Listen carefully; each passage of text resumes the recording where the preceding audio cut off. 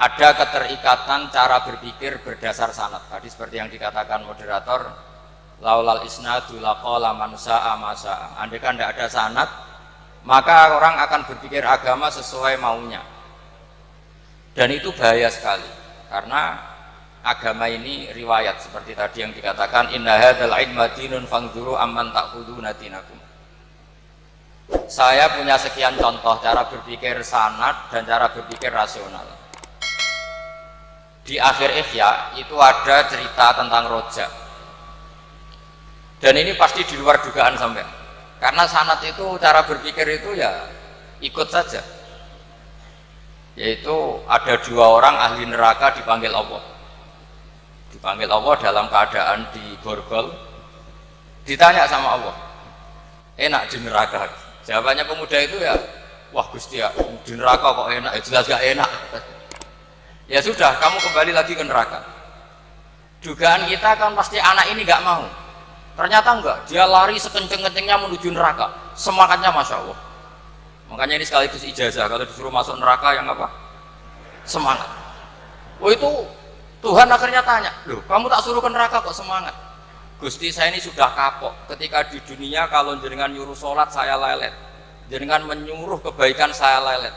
Sebagai bentuk kapok saya, dengan menyuruh saya ke neraka saya semangat, supaya saya nurut. Barokahnya semangat menuju neraka, ya sudah di surga saja. Ya, makanya ini nanti kalau kamu disuruh masuk neraka yang apa? Semangat.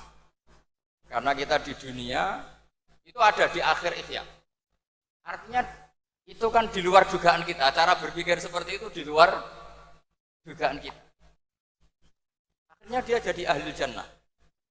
Cerita kedua ya masih di bab yang sama.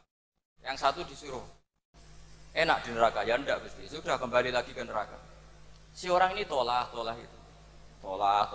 Terus ditanya sama Allah, kenapa tolak? Ya Allah, ketika engkau memanggil kami ke surga, saya tidak pernah ngira kalau akan engkau kembalikan lagi ke neraka.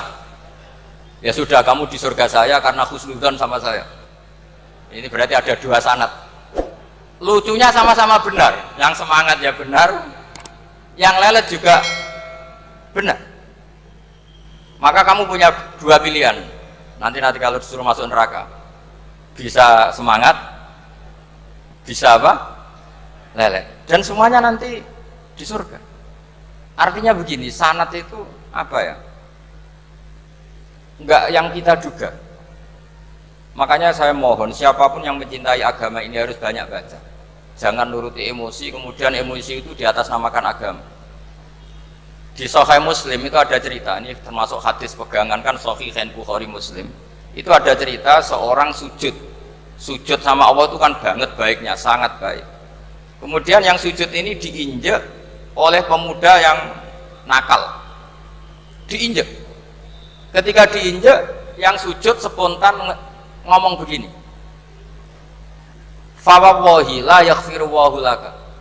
Demi Allah, Allah tidak akan maafkan kamu. Di luar dugaan, tentu kalau nggak ada sanad, omongan ini normal karena nginjek orang apa? Sujud. Tapi di luar dugaan, Allah mewahyukan ke Nabi di zaman itu, disuruh bilang sama orang yang sujud itu, Allah ngendikan, manggal ladzi yata'alla alayya alla aghfira li fulan faqad ghafartu lahu wa ahbattu amalah.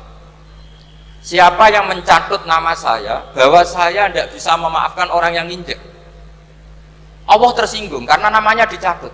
Saya ini Tuhan bisa menyiksa dan bisa mengampuni. Kenapa sifat saya jadi satu hanya menyiksa? Sifat ampunan saya di mana? Itu kalau nggak sanad tidak bisa. Saya ulang lagi, Allah itu apa? Zat yang bisa yaghfiru liman yasha wa yu'adzibu may yasha. Tapi orang yang sujud ini hanya mensifati Allah satu, yaitu Allah pasti menyiksa. Dan Allah tersinggung. Bagaimana mungkin saya Tuhan hanya berstatus bisa menyiksa, tidak bisa mengampuni? Akhirnya orang ini disalahkan, malah yang sujud tadi bilang ke orang itu, sujudnya saya hapus pahalanya, dan yang nginjek saya hapus dosanya. Tapi ya bukan berarti terus kamu boleh nginjek orang sujud, ya enggak. Artinya gini loh, saya hanya memperkuat moderator tadi, berpikir agama itu berdasar sanad. Kalau nuruti emosi pasti kita akan setuju Allah tidak ngampuni yang menginjak. Tapi berdasar sanad, berapa orang yang dulu melukai Nabi, bahkan punya niat membunuh Nabi, akhirnya ditobati oleh Allah Subhanahu wa Ta'ala. Siapa yang nggak tahu cerita Surakoh, orang yang niatnya bunuh Nabi, ditobati Allah. Siapa yang nggak tahu cerita Khalid bin Walid, orang yang punya konsep untuk mengalahkan Nabi di perang Uhud, juga akhirnya masuk Islam dan diampuni Allah. Banyak lagi tokoh kafir yang dulu musuhi Nabi akhirnya ditobati oleh Allah. Sehingga ketika Nabi sangat marah ya dengan mereka yang kafir, malah ada ayat turun laisa laka minal amri syai'un aw yatuba alaihim aw yu'adzibahum, bahwa wilayah mengampuni dan memaafkan itu wilayah Allah. Tentu kita secara syariat akan mengatakan yang injak itu salah, pasti itu. Kalau yang injak itu pasti salah, yang kafir pasti salah. Tapi jangan katakan kalau Allah tidak bisa menobati mereka. Lagi-lagi yang bisa mengertikan itu apa? Sanad. Kita ngaji di bab itu bahwa ada orang diinjak, ternyata Allah ketika yang sujud mengatakan wallahi la yaghfiru wallahu laka, demi Allah, Allah tidak akan maafkan kamu.